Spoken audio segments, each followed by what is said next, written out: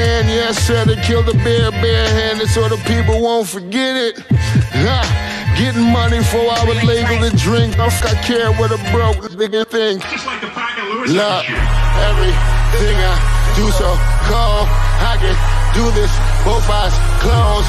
Too sharp, I stay on my toes. About that guap boy, anything goes. Help the bear if we outside. Help the bear if we outside. Still tipping, baby, nothing changed. We still grinding over here, yeah. Still sliding through my own lane. Shorty, nothing funny over here. Dallas rain everywhere around me. Dream to get money. Made it through the storm, living sunny. Dreams came true, now we eating. I got more dreams to chase, gotta reach them. Trying to put a team together like the Hunger Games. Everybody grinding because we all came from hunger pain. That's right. Late Ill Kid at OneYoungsta holding it down, bringing that street geek and nerd soul. What is up, my people? Today, all year, another wonderful episode. Hey, man, look, I'm gonna just keep it real with y'all. We talked about that Atlanta. All right, work ethic is an episode that I did not. I love Atlanta because Atlanta stays doing stuff that you don't expect it to do. Like, even when people were talking about what was going on in the Facebook group, until I had watched the episode, I was like, oh, Donald Glover wilding. So big shout out to everyone who's coming in early on the chat. People in here on the replay, much love to y'all as well. Let's see, let's go and get the chat rolling. Where should I start? You know what? I'm gonna start right here because I did want to throw some love to the Facebook group. In the Facebook group, people posted up if you know about the Breakfast Club and their morning show. There's a meme on there with your boy DJ Envy saying you hate me because I'm light skinned, and then it got your auntie up there right beside him. Hey man, look, it's tough out there. You know what I'm saying? It ain't easy. It ain't easy out there. But they kid, but they do it in love. So, shouts out to ZSB Lou. I'm gonna start this review off with giving love to Donald Glover. Because Donald Glover, bro, when he turned around with that suit on, with that full meat suit and his little beret, this man, okay, the awesomeness of Atlanta is the way that they are able to take a surreal environment and be silly and deep at the same time. And this whole episode is continuing on that path of being silly and extremely deep. But when he turned around in that suit, man, I had to pause it. I was done. Like, I laughed hard for it's just the makeup.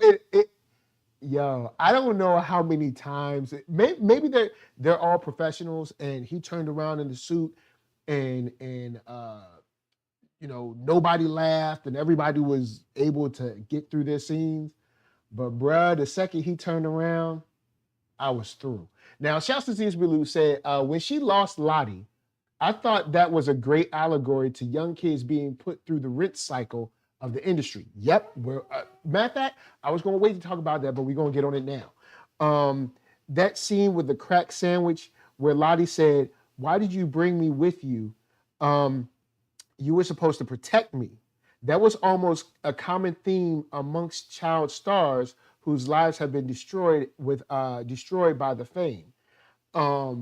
So yeah, the child star aspect of this episode really, it was funny, and it did make sense, but it also was scary because of course, in the course of, I don't know, 40 minutes or whatever, however long this episode is, 30, 40 minutes, something like that, they're able to give you an idea of how quickly you can get wrapped up in the goings on of everything, and your child is just essentially taken from you by the industry, by the show, by the glitz, by the glam. And even though you're a parent that might want to be there, might want to be someone who protects them, can't even find a way to get to that child that you're the guardian of, it's your child. And even in talking to Mr. Chocolate, at the end of the episode, he was like, I don't even know what should be next. You know, like, this is something that I've started and it's taken on a life of its own. And now it essentially just chews people up and spits people out. And even he says something to the extent of like, your daughter's not going to be not 18 forever or something like that.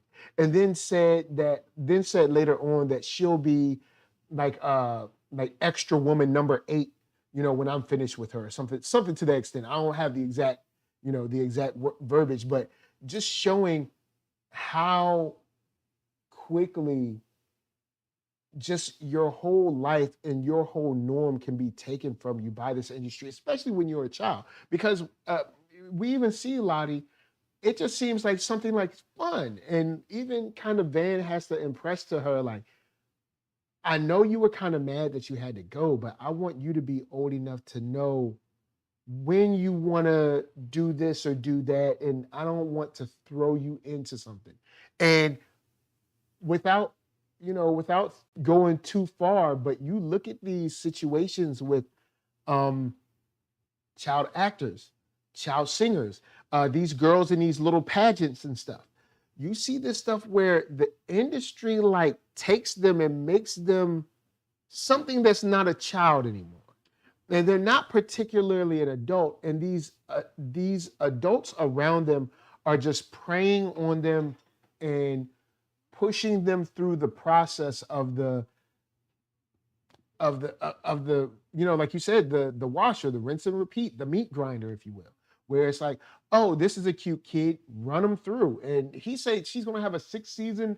It's like, what? Where did the contract come from? And they were like, just sign this, like, so, and these things do happen. I mean, even though a lot of people laughed and kind of poo-pooed his ideas and statements, if you go back to Corey Feldman back in the 90s was kind of dropping knowledge on what Hollywood was like and what Hollywood was like for children. And people didn't want to listen. And it's tough out there. And we see how quickly that, a child can just be taken and you're surrounded by people just saying, oh, she's okay. She's fine. Oh, don't worry. She's just in the next thing. And the child doesn't have their protector around them.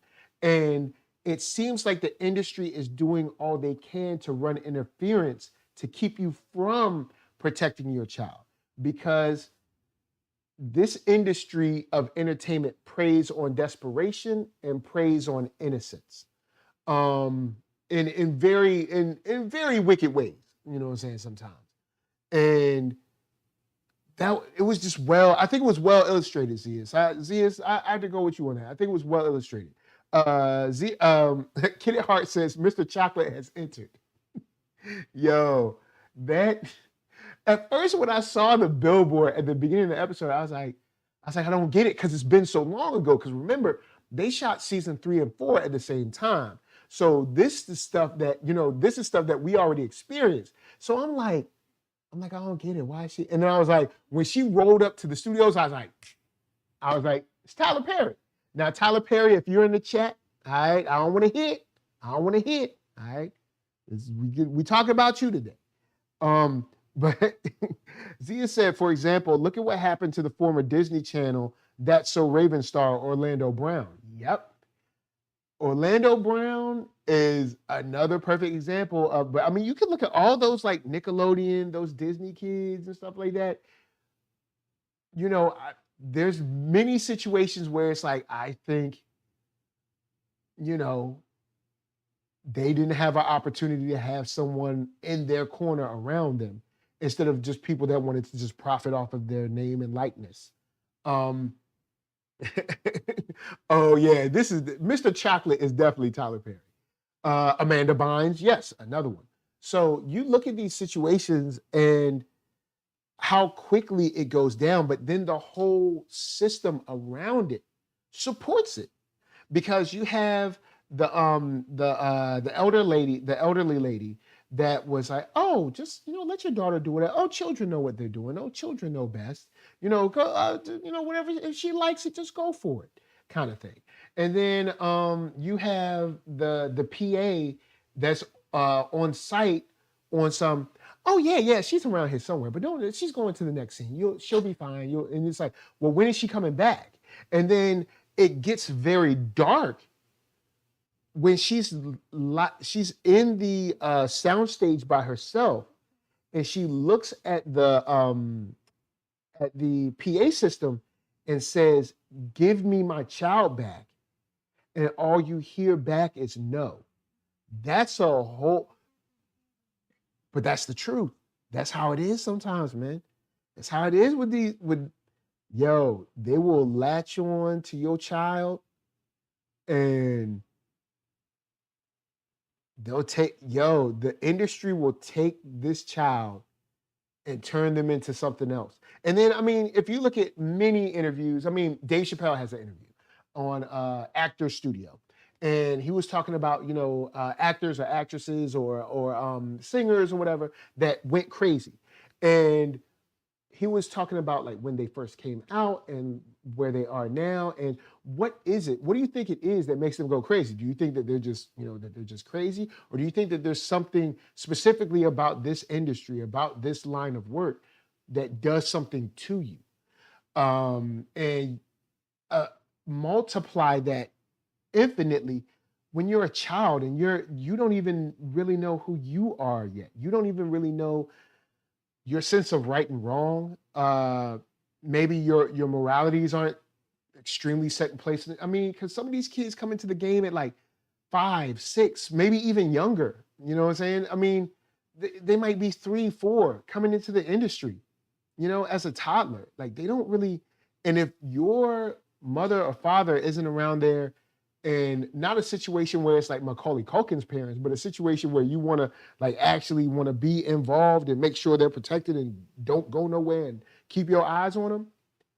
It's tough because the industry is continually trying to separate you from them or separate them from you. You know what I'm saying? So that was crazy. And then also seeing the situation of once again, the light skin comes up again in this episode. And we'll get on that in a second, but I want to give a shout out to ZSB Lou saying Jamie Foxworth, Leif Garrett, Jodie Sweetin, Gabby Hoffman, like the list goes on. And one thing that we touched on in this particular episode once again is the dynamics between light skin and dark skin. And the mother that's on the sideline with Van is on some, she's like, oh, this will be, your daughter is doing great. She could probably get a show and then, we should be friends. Your daughter can have a show and my daughter can be the cool friend that's, good at math or something like that. And she was like, well, I don't really know if that's for her. We're just here for one day. You should have a show. And she immediately starts in like, I can't have no show. That's for you. Basically outlining like for Tyler Perry Productions even, or for Mr. Chocolate Productions even, I'm too dark to be a lead. My daughter's too dark to be a lead. But your daughter is just right. You know what I'm saying? Your daughter is just right for a lead. And then my daughter, the dark-skinned girl, can be the friend. And that, I was just like, wow. They handle that. The awesome thing about Atlanta is they don't have to stop and be like, message. Like, they can just drop that on you and be like, yeah, you saw what you saw. You heard what you heard. You know what I'm saying? And ZSB Lou says that light skin, dark skin thing reminded me of OG Aunt Viv and the new Aunt Viv. Yeah, because besides the fact that the OG Aunt Viv was wilding, but there's no reason they couldn't have found another kind of slim slash athletic build dark skinned woman. Of course they could. But there was a very visual aesthetic and a visual identity and even a visual branding or rebranding that they wanted to make known on the show. And it was very, sadly, very noticeable in a bad way. But I'm sure there are many that were pleased with that visual change. And Kid at Heart says it should be whoever's good for the part. And yeah, but we know how it is. I mean, I've talked about it many times. Like when I say CW Black, and this is no diss to Black people that are on CW.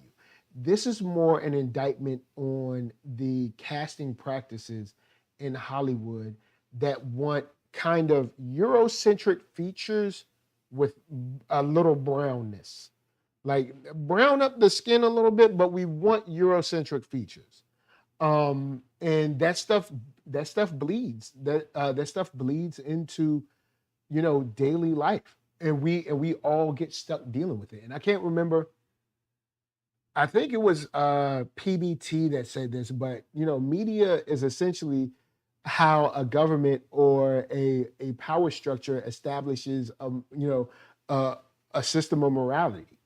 And we see this over and over where Hollywood over the past, since the golden era of Black family shows has continually tried to make biracial Black. Now, with that said, I have no diss or nothing against biracial people. It's about the hiring and the casting practices and what they're trying to make the identity of Blackness in America through the eyes of media, which is a whole nother thing. So if you're in here and you're biracial, I ain't got no salt for you. It's not about that. It's about Hollywood erasing Blackness and the ethnicity of Blackness in America by making biraciality, if that's a term, Blackness. I ain't coming for nobody's head. It ain't about you, it's about the casting. So shout out to ZSB Lou said the issue with CW is those white directors or casting directors, to be exact, are the ones in control of casting. Trust me, in 2022, a Black casting director wouldn't discriminate like that. I hope not, man. I honestly hope not. But I hope not. But I've said it about Star Trek Discovery, and I'll say it again. Star Trek Discovery shouldn't be one of the best, if not the best, example of Black love on television. When we have Shonda Rhimes, when we have Tyler Perry, when we have Issa Rae, and the list goes on. It shouldn't. Now, I know people will probably get up and throw out Queen Sugar, but out of the relationships in Queen Sugar, there's like one or two that actually are like functional. The rest are like steeped in drama. And in Star Trek, you see a Black man and a Black woman that care about each other, that love each other, and that even though they have differences, they still find out a way to work it out without throwing one another away. And the man isn't light skinned and the woman ain't light skinned. They're both what I would say visibly Black, but that's a whole other thing. And Kid at Heart says, I thought biracial was Black. And it depends on who you're talking to. But since I see your point, they try to define us in one light skin, no pun intended. Yeah. So that's basically what they'll do. They'll say, for instance, what they'll do is they'll cast, say, Zendaya. And no distance Zendaya. She's cool. She does her thing. She's dope at her acting skills. But what they'll do is try to say that, okay, now Zendaya is what black is. In Hollywood, black is Zendaya. And then kind of like sideline all the other women that are darker than her. Now, what I mean by sideline is that it's not that they won't get roles. They'll get roles, but at the rate of women that look like Zendaya, that's the discrepancy. That's the difference. And Jenna James said, you really think these studios are going to allow real black love to be shown on TV like that with a big network or streaming service? True that. So back to the episode, the ride in the golf cart across the studio is another thing that I really enjoyed. They're talking about the actual shows that are produced by Mr. Chocolate. And they're going back and forth. And then it's like, but yeah, this is just a whole bunch of trash. And they're like, but yeah, but it's entertaining. And she's like, but this is a whole bunch of mindless trash. And it's not good to see us in this light. And then continues on saying, well, if that's the case, well, where is his awards from this and that? And they're like, oh, well, he's got BET awards, NAACP awards. And she was like, oh, the black ones. But then they were like, so white awards. So even in that scene, they kind of weave well this idea of success and acceptance and quality. Because then you see the maintenance guy say, hey, look, this guy hired me when no one else would. You know? So this guy is putting all these people to work, even though if we're going to base this on Tyler Perry, we've heard how he's worked hard to make sure that there aren't union workers on his sets because he doesn't want to pay a certain amount of money, but that's a whole nother thing. You can look it up yourself, especially when it comes to him and paying writers what they're supposed to be paid. But that's a whole nother thing. It is well thought out, the way they cross in and out of what quality is and isn't and what it should be, say for black people in America. Also what acceptance should be, what success should be. And also if that matters, because does it matter if all these people that would not have been able to get a job anywhere else are now, working, they getting their credits up, they getting their work up, but someone could also turn and say, but they're getting used. They're not being paid what they're supposed to be paid. And this person has created this microcosm for himself to be a god, essentially, where kind of no one has any say but him. And people are literally scared of him. So that I thought that was awesome. The way they broke this down was awesome. The way they because you look at Tyler Perry, because this is essentially about Tyler Perry. And if you take this episode plus the Boondocks episode, if any of y'all remember the Tyler Perry Boondocks episode, man, this is a perfect follow-up. But it does, run you into those things like, well, look at all these people that otherwise would not be working. But then you look at kind of what I brought up when we were all supposed to be excited about this studio, Tyler Perry Studios, or whatever it's called. I think it's Tyler Perry Studios, but whatever it is, we're supposed to all be excited and we all cheered and everything. Like, yeah. But I remember being on the live stream being like, okay, I really want to see what comes from this, because from the outset, and I'm tangentially in the industry. I've done some stuff in the industry for the industry as far as like commercial work and artwork and stuff like that. And I've been in rooms with directors and stuff like that, but I am in no way some industry insider. But from what we hear all the time is we don't have control. We don't have control of our own work. We don't have, they stopping us from filming. They don't let us get to do this. They don't let us do that. They have control over this. So when Tyler Perry Studios was created, I was like, well, you know what? Let's see where this goes, because now we have a fully functioning studio where all of these people that normally would not be accepted, would not be allowed from the big two. And what I mean by the big two is kind of like Disney and or Warner Brothers. I guess you could say big three. You could throw Universal in there as well. But under them, their umbrella, they're not going to take these projects. They're not going to let you film here. They're not going to give you the time of day. But Tyler Perry Studios is here. Seemingly, all of us were told to be excited because this was Black, and it was a win for Black people. And I was like, well, let's see, what goes on. Let's see what happens. Let's see how this plays out. As far as production from Black creators, producers, writers, directors that aren't Tyler Perry. And not saying that Tyler Perry Studios has to be for the culture, but they came out making it seem like it was for the culture. And I think a couple years removed from that, it doesn't seem like that's totally the case. But I could be wrong. Y'all could drop in the comments, be like, nah, man, all these projects, all these indie movies and stuff, they all came through there. And he gave them all the go ahead and everything. And he brought them up and all that stuff. But that's not what it's seeming like. Now throwing it back to Jenna James real quick.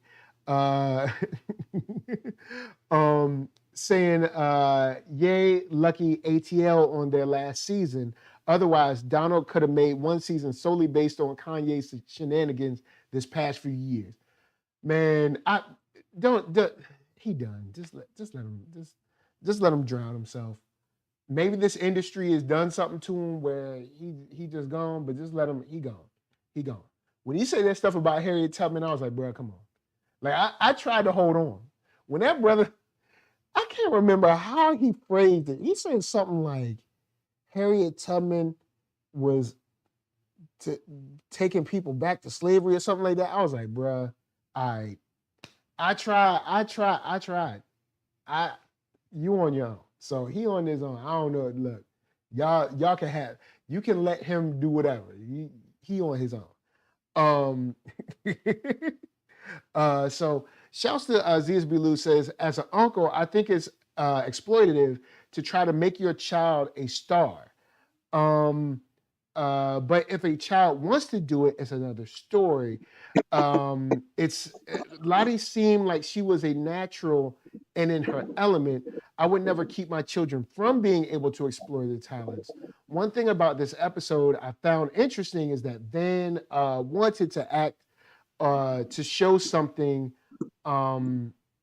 I don't know what, I guess, I don't know, that was, I guess, show something to her daughter. I guess as much that she wanted to do or that she liked to do. I remember her saying something similar to that. So Lottie, I'm not against her being an actress, but the way this kind of like took her away and took her into something that she wasn't in control of or her mother was in control of was very telling about like kind of like the industry as a whole. Now I want to give a big shout out to your boy Keith Blurtish. Say what's up. What's up? And I agree with your point.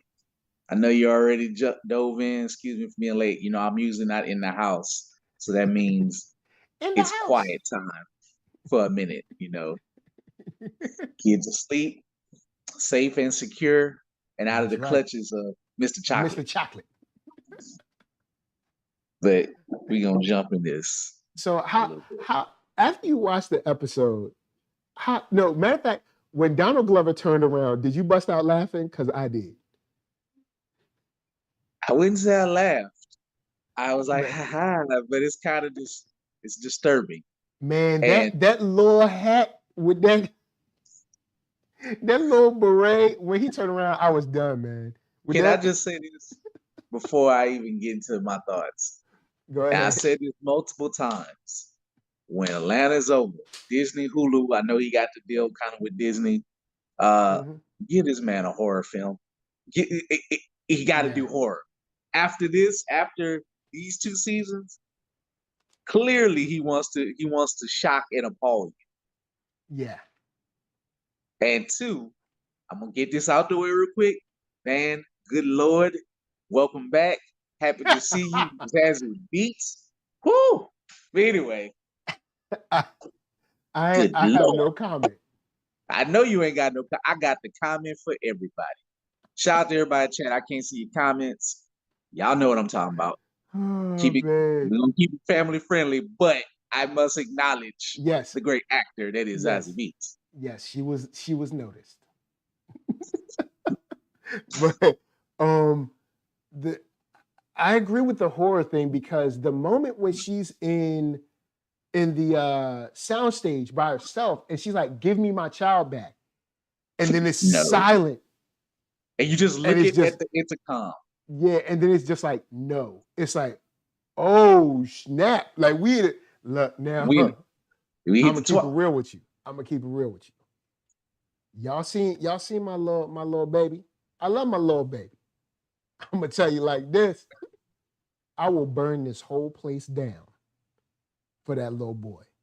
Don't mess with me. I'm gonna keep it real with you. Any parent that's worth their salt, don't play with them. Yeah, look, y'all gonna have to bring out like 10, 20 officers up in this joint. Look, it's gonna be problems. But he just said no. And I was like, oh snap. I was like, this is crazy. But once again, the Atlanta, the Atlanta-ness of it all is what's incredible. Again, when they say this is Black Twin Peaks, they were not lying. I know that's one of the taglines, how they describe it. It's just, and I'm still laughing. For all the people that wanted it to go back to Atlanta and think it was going to return to normalcy. No, they cranking it up again. I mean, the thing was, it wasn't normal when... It was never normal. But I guess season 1 would be the most normal it's ever been. But remember, didn't season 1 have the invisible car? It was normal funny. Oh, yeah. This is normal. Ha, / we might kidnap your daughter. So yeah, it's like, it ain't really... I was just listening to other people like to call it a comedy at this point. And I know I shouldn't address this, but some people probably like, I don't get it. Just take some lessons from it, because it's a fable, as they call it. It's just it's to teach you something. You might laugh along the way, you might cry along the way, or you might be disturbed along the way. But clearly, Donald Glover is saying something about several things, and definitely Hollywood is one of them. Yes. And then even the mechanic that gave her his card at the end, she looked at the back of her card and was like, hey man, look, first of all, shout out to him. He's from New Orleans, from the boot. He shot his shot, maybe a little inappropriately, if you saw the little message at the card. Yo, that message on the card, I was like, okay. Gotta get to the point sometimes. You don't know this woman? It's right. You don't know this woman? You don't know what she got? Look, don't be going. Look, hey, you go up in there and get something you can't get rid of. You don't know this woman like that. All right, keep on playing that game. You're gonna wake up itching. All right. I have no comment, because I'm just saying. You know, most people may have written that card. Maybe not so that way, but maybe they would have put just a number, not be like, let's have a meeting in the boardroom. But okay, that was weird. Have a meeting in the boardroom. But all right, so all right, since you're also a parent, # Black Dads in the house. When for you in this episode, when did you start to get scared? Where it was like, all right, hold on. All right, this where's she at? I would have been scared the moment I'm trying to act to get my quick check, and then first of all, I've been scared the moment that everybody started acting like cult lambs in this cult. But when it got more evident when you're on set and everybody keeps saying, "Oh, we don't see him, we don't know this." Okay, cool. Yeah, I would have probably like production gonna stop. I'm trying to keep this PG. I gotta watch my mouth. I've been like, hell no, keep your check. We out. Once you Yeah, tell me, once you overriding what if my child is not on contract and I'm still going to be a voice of reason for my child, actor or yeah. not, whether if he's he, she, or in your employ, I'm going to try to work with it. And I know I ain't been through Hollywood. I don't know, folks. I don't know if they get down like that, but I'm And that saying man said that man it, called her his child at the end. Like, my child. I'm like, what? Like, no. Oh, also the grits. he's impervious. Homie asked if she wanted a grit. Not Agreed. an order of grits, not a scoop of grits, a bite of grits, a grit. Well, Mike, once you start Can I wearing offer you a grit? once you start wearing little artist hats, you have to Yeah. say that. Once you start having them little berets, man, them little painter hats. You gotta do something to up the game. Bro, when he You can't turned come the around, same I was boat. like, this A is grit. silly. Also, the piano writing, oh my God. It says a lot. The I piano. don't know. I gotta. Because I'm gonna ask you, what is your takeaway from the piano? all right, I mean, the piano is a perfect example of that Instagram. I think it was an Instagram post where Tyler Perry was like, "Look, I just wrote a season of 3 different shows." I was like, and they all trash. I was like, you wrote a whole bunch of bubblegum bull. You know what I'm saying? You wanted to be excited. He was like, work ethic. I'm like, work ethic? This doo-doo mess you putting out? Bruh, it's like, come on. Now, on a business side, because Tyler Perry came to the YouTube space and I had a chance to meet him and he talked about how he films and how he directs stuff. The process of his filming is extremely efficient. I will give him that. But that whole, we'll fix it in post. We'll fix it. Bruh. I know this isn't like your editors are not Gandalf, all right? They can't, they're not magicians. They're not Doctor Strange. It's just Adobe Premiere. It's just what are they use? Black Magic is just whatever they're using. It's not Doctor Strange, man. It's just the editing software.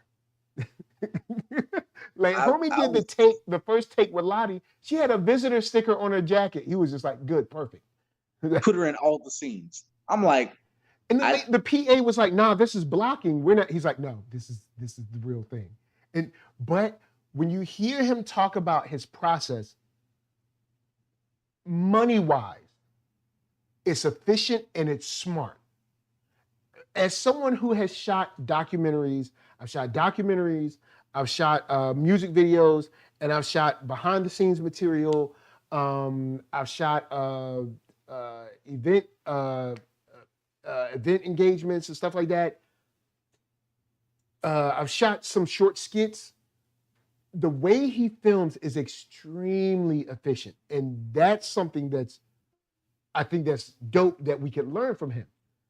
But everything else, it's his shout out stories, to homie had he has this show called The Have and the Have Not. I don't know if it's still on, but he used to at least. I saw like the first few episodes of it. And bruh, they say, "Are you sure?" over and over. Like you can watch the show and just see them trying to pad time. But people buy it, people watch it because of the deficit of Black content. So and here's the thing. You know what I'm saying? It's like, I people watched are that buying show it for about half a season because it was trash, but it introduced me to Tika Sumter. So it's like it got me in, and then that was around that time when the Have and the Have Nots was kind of like a bootleg scandal because he done swagger jack Scandal about 2-3 times around the same time. Jenna So James said Have and Have Nots finally ended either earlier this year or late last year. it just ended. What? That joint been on forever. I How? remember Tika Sumpter was in it. Like, she blew up. Like, you see Tika Sumpter, but how many people blow up from Tyler Perry Productions? Like, zero. Like, it's One Tika of the Sumpter. few. She getting her Sonic on She now. escaped. She Who escaped. else? Who else? They You oh can't boy, think of them because they didn't the blow guy up. who played the son forever, he was like the forever teenager. He almost blew up, but his show failed on NBC. He's Oh, kind of man. like the I would say bootleg, but he's kind of like the homeless man's Aldous Hodge, and it did not work out. Tamala Mann? Tamala Mann was already famous before she did anything for Tyler Perry. Are you sure? Didn't she already have a successful music career? I'm gonna say this. Oh, okay. I'm gonna agree. You know what? I'll agree with Tamala Mann. I Okay. think she had a successful movie career, and then I think they are a little bit exception to the rule because they had their own church, but Oh, they yeah. used this Perfect. to Keith said they blow already up. had their own church, though, so they're I kind of think an exception to the rule. they kind of like they had. already had a baked-in fan base. They also had a baked-in, probably business thing to where it's True. like you don't completely own me, but we But gonna get this paper that together. that writing thing, I was like, bruh, you're not impressing me with writing 3 trash seasons super fast with no editor, no help, no peer review, just because you don't want to pay writers. And there's already been reported. There's articles you can look up where writers have talked about he doesn't want to pay union wages. He finds ways to kind of like scheme you out of your hours or your time or your credit. And now he just writes all of his stuff because he doesn't want to pay writers, which is cool. He has the right to not, but Don't act like you it's you good. writing. Yeah, stop it. Like you got your process down. Don't act like you writing the next epic out this joint. I can't get mad at somebody who say like, look, have I skirted one to pay fees before or whatever?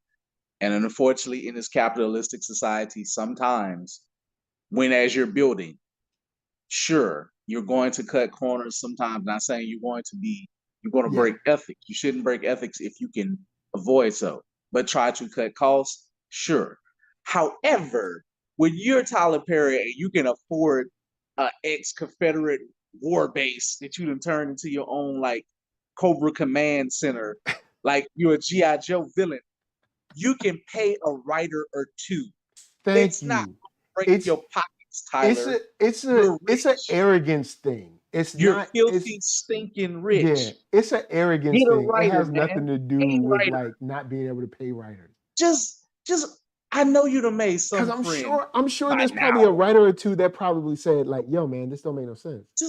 Why'd you have them do this in this scene, but then in this scene they did this. So you can't do this if they done did this. Like, because people gonna ask questions. I just need him to do one simple thing for me. And he had paper all over the place, like just writing all over the place. With Tyler Perry shows, because I watch my wife loved Girlfriends, but she hated she ain't gonna say hate because she's a fan, but she doesn't like some of his new stuff, but she do like Girlfriends. I can watch Girlfriends and she be like, Keith, you can fit like my wife, I know she be tired when she get here. She be like, you figure this out in 5 minutes. It's not that hard. Yeah, it's not that hard. Is having these unrealistic conversations. The dialogue is unreal. As surreal as Atlanta is, Atlanta feels more real because it is weird than people who will stand and like grown adults will be on the edge of an aisle in a convenience store in Atlanta. They got no people back there, no extras, and they having this talk or whatever that is somehow a fight ain't break out. Yo, it's like, man. No. Now, shouts to ZSB Lou. ZSB Lou says, say what you want, but Tyler may not have discovered stars, but he's known to help stars revive their careers and throw them up a bone if it's a singer trying to get their acting jump start. Yeah, that's cool. Yeah. I'm not against it. And I'm like, yeah, thanks. I mean, I've said that Tyler Perry has hired people, even people people that normally wouldn't get hired anywhere else. And I'm not talking about people that have already had a great career. I'm talking about people coming out of jail and stuff like that. So yeah, that's great. But when you juxtapose that against the images that he puts out that people play into and emulate throughout their lives, and what that's done in our society, is it a balance? Does it zero out? Like, I don't know. Maybe not. I don't know. Because even at the end, he's like, yo, Van, he was like, you're a single mother. And look at your auntie that is a gun-toting Christian or something. She's like, I was like, she don't know that woman. Then she was like, he said the light-skinned brother that you was talking to, he said, is your baby father dark skinned? She was like, well, he's brown. He was like, see? But I'm like, it's not a one-to-one comparison what you're trying to do. It ain't even close. It's. I mean, the only thing he can say is that she's a single mother. And I mean, that's the closest. That lady is not, she's no kin to her. She met her today. That dude is not her boyfriend. She just met him an hour ago. He just made a new banger script, just like that. In a day, he done made a new movie. Yo, I'm gonna leave my statement on Tyler Perry about this. All right, so Tyler Perry has this movie on Netflix, right? What's it called? The one where the man get busted in the head. What's it? It got to do from Supergirl on it.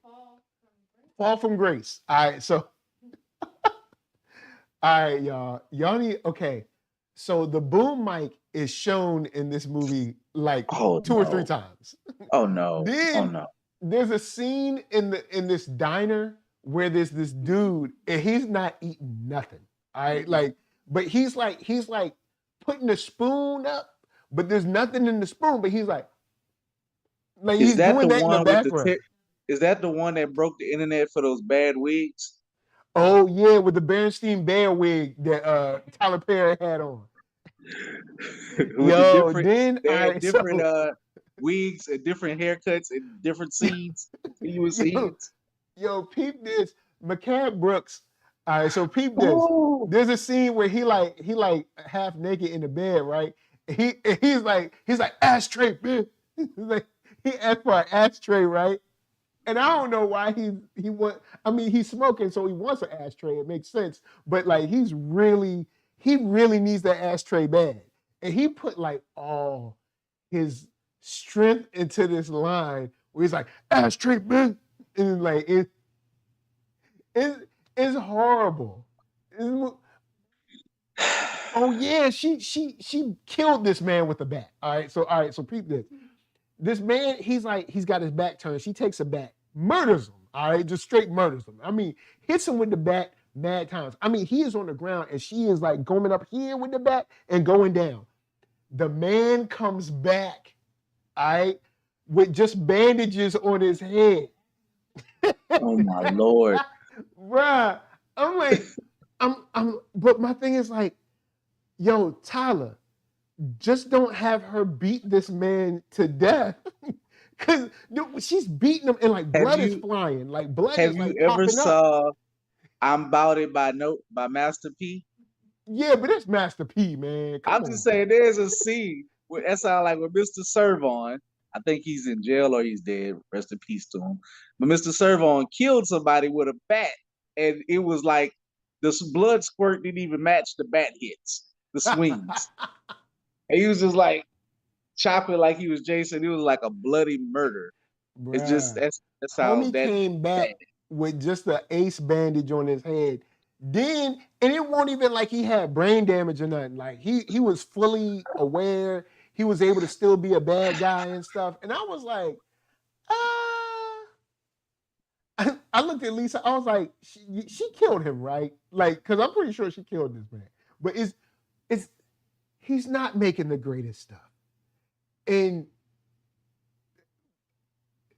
the attitude as we juxtapose it towards Atlanta is like everybody's sold that this man is like a god. And it's one of those things where when you look at it in this way, you're like, well, So what does he really do outside of like make himself money? Like, what does he really do? Because they open up like, this is for the culture, by the culture. And I'm like, yeah. So what are they doing for the culture? Like, because I don't mind you saying you do stuff for the culture, but like, what are you doing for the culture? I guess in a way, he did take the brother from New Orleans who was incarcerated as a youth. He took one brother. He gave one brother a job. That's not the culture. That's an individual person, man. I'm just saying, in the grand scheme, he might be hiring these folks who, if they can break away from his work plantation, might have Hollywood credits to be able to go do something. Because Hollywood itself is a work plantation. So true that. So you never know. It's Inception. It's like Inception, man. It's you open one box and you pop up in another box. You open one door, you're in another trap. You know, is Tyler Perry, is he good for us? Is he bad for us? I mean, on one hand, he's employing Black people, he's putting money in their pockets. And then on the other hand, he's putting up like the worst depictions of us on television, with some of the worst, some of the worst writing and acting we've seen ever. It's like this. On one hand, but business-wise, he's turning a profit. If this movie costed $10 to make, and it makes $5 million in the theater, I'm good. And let me just say this again, as a person who graduated from business and in accounting, I don't practice anymore. But there's a class like in business management in the track. You know, when you're taking it, and you actually play the simulation game where you invest capital investment. Look, I ain't saying what Mike ain't got on me. I can only do so much capital investment because I'm poor. But I have invested in stuff. I have a new computer. What did I do? I started a Twitch channel. Yes, I'm shamelessly plugging myself as I'm giving an example. Yo, go check them out on Twitch, y'all. But still, so that's capital investment, things that I can do to improve on some things. I can't always do film. The reason why I film in the car because of my life situation, because of my son's situation and his condition. So I do the best that I can. But somebody like Tyler, he can do a little bit more now. Maybe when he, for the first few 5-10 years, once you get on this is what year. Yeah, I mean, dude is talking about he's a billionaire. I don't want to hear no excuses no more. When you're pushing $1 billion, okay, you can get 2 writers, 3 writers. You can spend a little bit on some camera. Like Jordan Peele I know Jordan Peele is Jordan Peele because he got a little more cachet. But look what the money they spent on the IMAX cameras for Nope. And this is just, he's done less than 10 movies. So, Tyler, you could pony up some cash, but at the same time. Tyler be shooting that joint with a Samsung S20. And I love that Donald Glover, I guess, kind of juxtaposed against that. He's like, I don't own it. It owns itself. It's just running. The machine is working. The machine. I created the machine. It works. And he says, I own the cops. I mean, yo, shouts to Shorty that shot dude in the foot. He was like, these aren't real guns. I would have been like, look, y'all better move. I'd be like, y'all better move. God. I can't let you in. Look, I'm telling y'all better move. How ridiculous do you have to be to sit out there with a fake gun for this? But then again, the security is also the intern. So hey, he was like, here's your coffee. Yo, man. There's no stability. There's no hierarchy that makes sense other than this cult leader. Yes, just this cult. Who don't even want to. And when you think about it, Tyler Perry and a lot of the people that support him are cult-like in a way. And honestly, oh my God, peep this. All right, this is my last statement, and I'll let you get your final thoughts and we can get up out of here. Tyler Perry's fans are cult-like in the same way that Christopher Nolan fans are cult-like, but just for different content. They're both look, Tyler Perry, people gonna watch everything Tyler Perry. And if you say anything bad about it, they be like, oh, you don't understand. See, he deep. He doing it for the culture. It's on like everything, like he so like he black. If I've talked to people that love Tyler Perry stuff, you would think that this man was Spike Lee, Martin Luther King Jr., and Malcolm X with a camera. But I mean, it's what it is that, you know, I'm glad they kind of make. I don't know if he's a recluse or not, but I mean, he do disappear. Like he admitted himself, go to an island that he can afford, write write his creations. I ain't gonna call it trash. I'm gonna be nice, but since Mike has trashed it enough, but yes, and he can do that. So I remember somebody saying that when some celebrities stopped being real people, they got so successful, they're just not around everyday people. And they're making these movies and doing comedy that deals with everyday people. Maybe if they kind of stopped and just kind of like took it back to reality. But I get it. It's hard once you're that successful. Do you want to be around everyday people? And you never know. I mean, true. you might get kidnapped like he's kidnapping people, these actors. And I'm talking about the hypothetical. I'm not talking about Tyler Perry. But I'm just saying Talk about Mr. Chocolate right now. it's the question of, I guess he's so successful, but what else is there once you have reached a level of success? Then you're chasing, what's your higher goal? What's your end game? And it just seemed like it didn't got away from him where he could just play the piano badly and punch out a script. So I mean, it was paper know. everywhere in there, man. I figured it was gonna be crazy like that when he was like that, This because man he was said so work calm. ethic. But when he Donald Glover, first of all, Donald Glover, and they named the episode Work Ethic. That's why I keep like when I saw that, I was like, this is so perfect.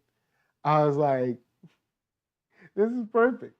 I was like, yo, Donald Glover is a genius. He's because he named the episode Work Ethic, and he knows that we're gonna know exactly what he's talking about. In fact, I want to give Donald Glover a really special shout out because this brings me back. Now, this isn't nowhere near as being spirited as that Boondocks episode, but the fact that you have one great era of TV that closed and you have another one closing. Hey, let's give it up for Tyler Perry. He's been on the bookend of one, bookend on the other. Yeah, so Tyler Perry has been around for Aaron McGruder to make fun of him, who is a very smart brother. And like, if you ever get a chance to like talk to him, be around him, and get his thoughts on things, Aaron McGruder is very, very like the way he looks at society is very interesting. Aaron McGruder has been able to lampoon him, and now Donald Glover, and so I just and he's it's still like standing. and in between he got to make appearances on Kenyon Barr's show and with Insecure. I didn't even watch it, but he's a been lot on of people. He's been in a Star Trek movie. I don't know, man. He was in Gone Girl. So it's not like he don't pop up and stuff. If you haven't seen Gone Girl, you need to watch it. But if you watch it with your girl, you watch it with your wife, you might end up looking at her side eye at the end of the movie, be like, "Can I trust you?"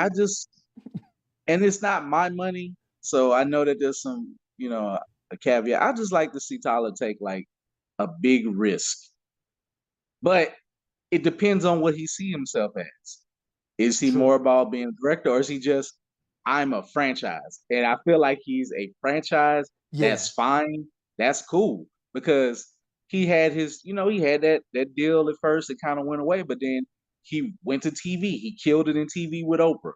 Then his stock re-rose. Now his value, he's been able to reinvent himself with how the money is made, with being just ubiquitous with TV. First, he was synonymous with BET. Homie got like 10 TV shows on. They're all on BET, but I mean, no. But those royalties add up. Yes. Somebody got to pay him. Yes. And it's just, in a sick way, I wish I could clothe myself like that and just let it pile in. But I know I'm not like, I'm not the greatest podcast in the world, nor am I the greatest Switch player. But if the money's kept piling in, I might start wearing little funny hats with Rose too, and talk like I'm a crazy cult leader too. Because what you gonna he was tell like, me? the grits do nothing. I'm Anyway. impervious. He's impervious like Thanos. Jenna James said Kenya Barris, another one of those first few years of Blackish were good. Then it kind of went stagnant. Then he made a show on Netflix, which was essentially Blackish, but just we're gonna be able to curse. Like, let's be all right. Now, with this said, them W-2s do the same thing. All right. Them W-2s do the same thing. But can we all be honest that Kenya Barris made like 4 of the same show? Like, I mean, he made what? Blackish, Mixes, Grownish. I did like, and to be honest, I never that finished I got none of something against him, but I was just like, bro, he ran that hustle hard. Hey, bro. He's like, yo, you like this show? Yeah, man, it's dope. How about I give you another show? Oh, cool, man. What's that going to be like? Just like the first show. I don't know. Grownish, I was just like, I never knew I could get so annoyed with Zoe. Like, I was just like, what are the other kids doing, man? Because you get on my nerves. Did you expect not to be annoyed? Come on, man. I thought, I don't know, man. The sad thing is there were some people out there saying that this is our different world. No, it's not. They're not at a black college. Stop it. They're not at a HBCU. So stop it. Stop trying to make no. I'm not gonna let y'all have that. I love y'all, and I know y'all want something. I know y'all want to be like, this is our different world. No, it ain't. It's not close. Now, does Grownish deal with some issues? Cool. Yeah, they definitely do. You know what I'm saying? But y'all ain't on that level. Is our Greek. The ABC, that's the equivalent for it. And that's fine. A blacker, more hip version of Greek with hype beast tendencies. And it got us Chloe and a sister. So there you go. And all right, with that said, what are your final thoughts? I ain't going because you gonna mess things up. I just said it served a purpose. It won. True that. It won with a lot of us. But my final thoughts.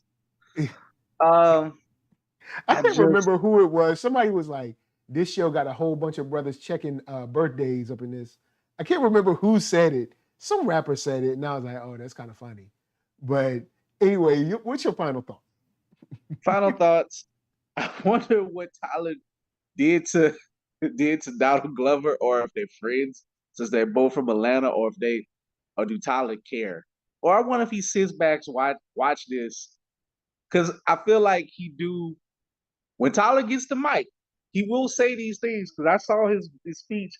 He was like, y'all talking about, I think he was talking about Will Smith and Jada Smith, like Oscar so white. I kind of dug it. He was like, hey, why y'all worried about protesting that? I'm building my own. Now, what he's building is financially sound, whatever. Do I want to consume it? Not necessarily. So I'm conflicted, but I ultimately am proud to see, again, a dude who went from being homeless from my home state, moved to Atlanta, has become an empire. So that is something to take some pride in, regardless, because business-wise, he's sound. I have no issue with him business-wise. Yeah. Business-wise, so he's made his money. But on the flip side, figured out how to flip the film game into where it's almost like printing money for him. He hustled the hustle. So he kind of pulled a Master P in Hollywood. Yep. So it's kind of like you see some good in that, but then you see where it's like, hey man, but now that you have it, bring some more writers, bring some people who will invest back into you. Like you ain't got the Disney problem. You ain't got to hire special effects people and work them to bone. Some writers might actually want to do this if you pay them right. and you might get Yeah. something dope. You might you have the funding and the power to do it, and that's kind of like, what if we had his power? How would we do? And that is a question I think a lot of us can ask. But as far as this episode, I just think Donald Glover's a nut. I love that he did another horror kind of weird horror thing. I think I'm glad to see Van really wanting to protect her daughter. And now we know Lottie exists. We didn't even acknowledge that Lottie exists. So, because Yes. for a moment I thought we wasn't gonna see Lottie the way I they was like, shot we it. ain't never gonna see Lottie again. Nah, you ain't gonna see Lottie again. I thought it was just because I thought it was child actors are hard to deal with sometimes, they say, and maybe the pandemic. I thought it was gonna be like, Lottie's over here, don't worry about her. But no, they showed a Lottie. You Yep. probably never gonna see a Lottie again until they move. If they move. If they move. But if they move, because ultimately, now you gotta address this. I told you Van and Ern ain't necessarily together, but they together. It's complicated. You know what I'm saying? She won't really seeing that dude. That dude ain't on Ern's level. I mean, she won't really seeing that dude. I'm just saying that was just a little flirtation out on the road. Just flirt, but look, let's just keep it real. I can't blame old boy. Like I he had to shoot his shot. You know what I'm saying?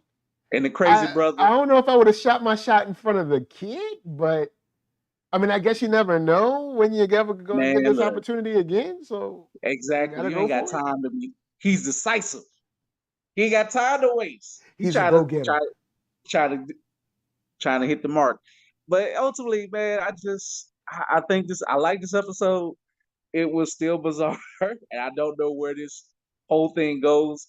But I guess Donald Glover is saying something about Hollywood in general and how weird it is. And of course, you know how children actors, man, you can destroy them. I mean, look how many of them got destroyed or weird. And I'm not gonna say any names, but they always come back like, "Oh, I'm so great, this and that." But we saw what you went through. Yeah. But normal people, if we go through that, we're just the bottom of the barrel, this and that. But it's like people expect that to happen to children actors. And I'm glad Van was like, "Hey, Lottie, you don't have to do this. You don't have to want this. I'm just getting money for the day. I'm trying to provide. You don't have to be sucked into this world." So I'm just glad to see Van after, she had her mental break, to see a healthier version of her per se.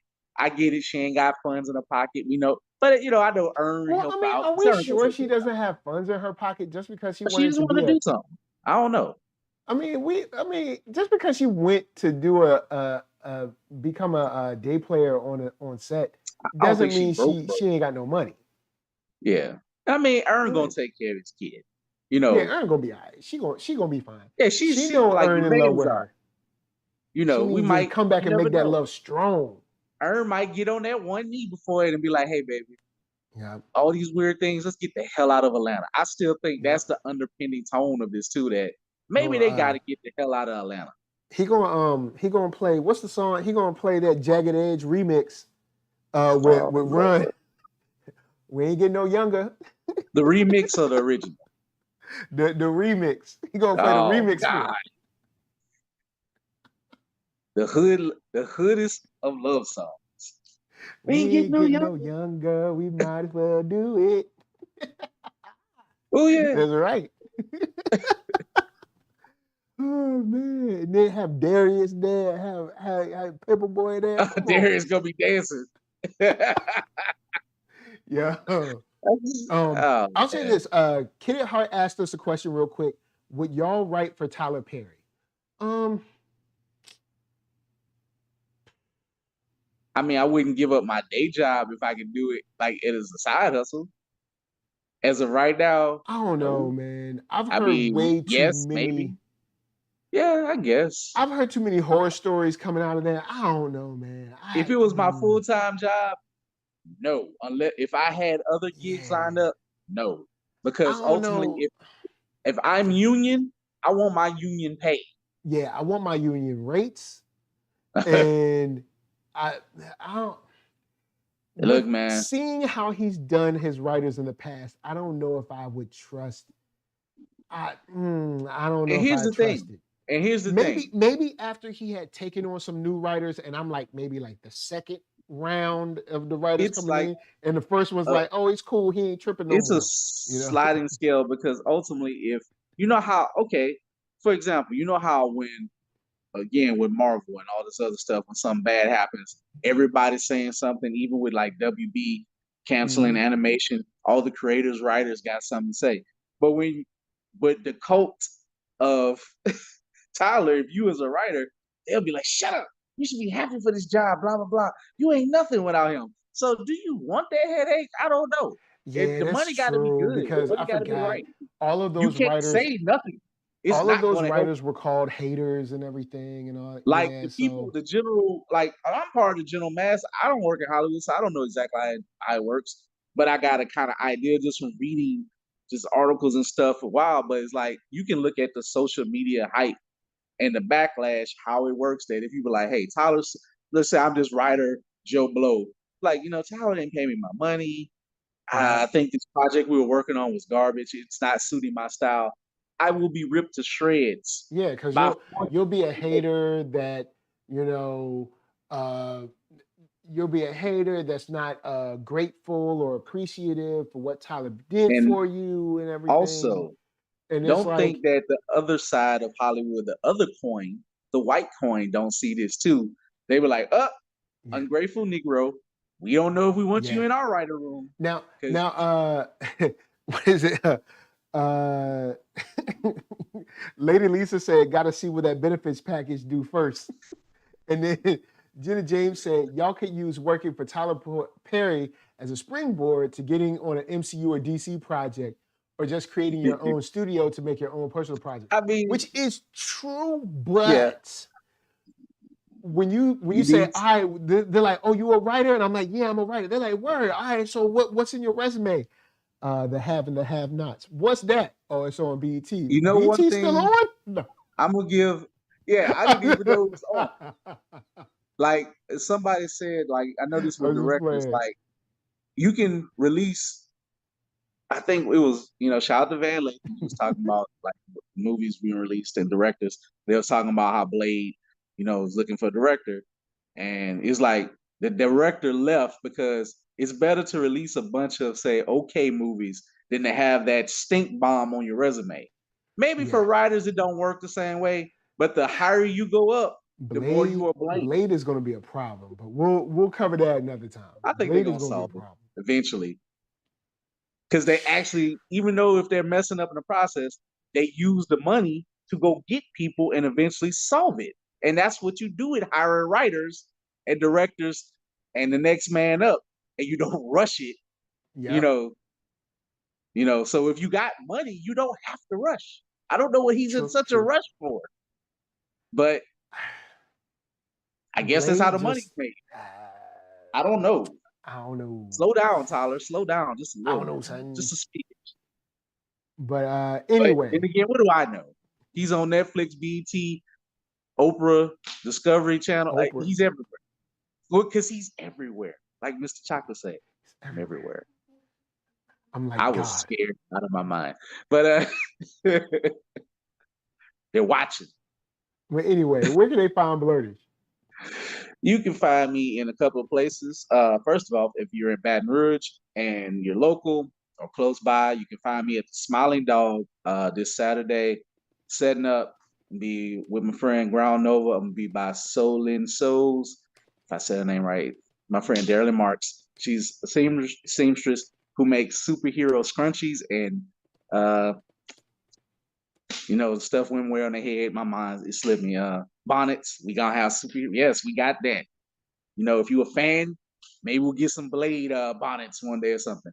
I'm gonna have several things. Black comics. We're gonna have black games. I got Blurtish Domination. Shout out to Kanisha. We're gonna have that on the table.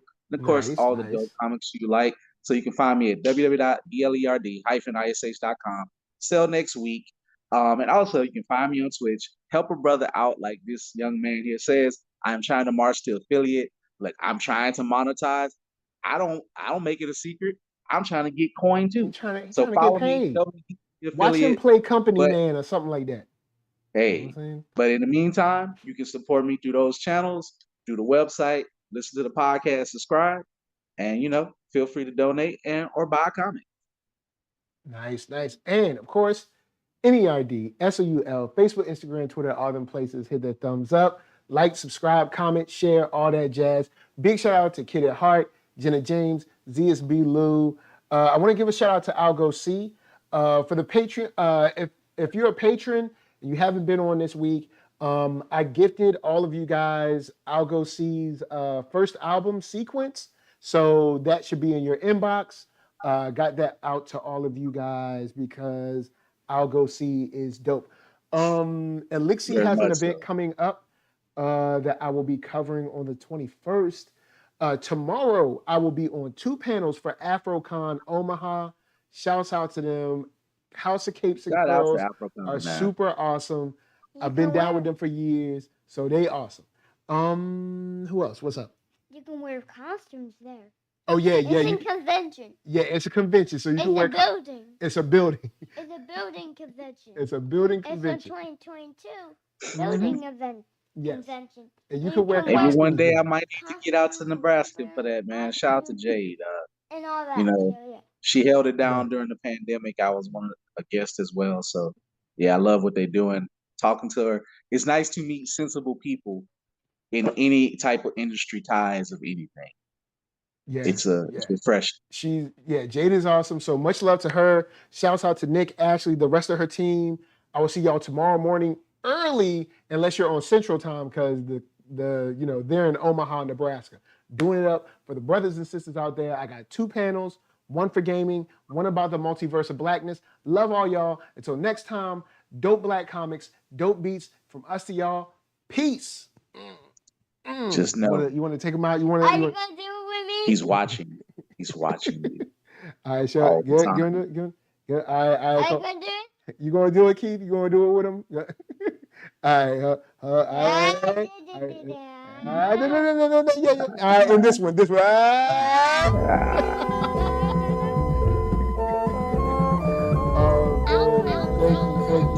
guys.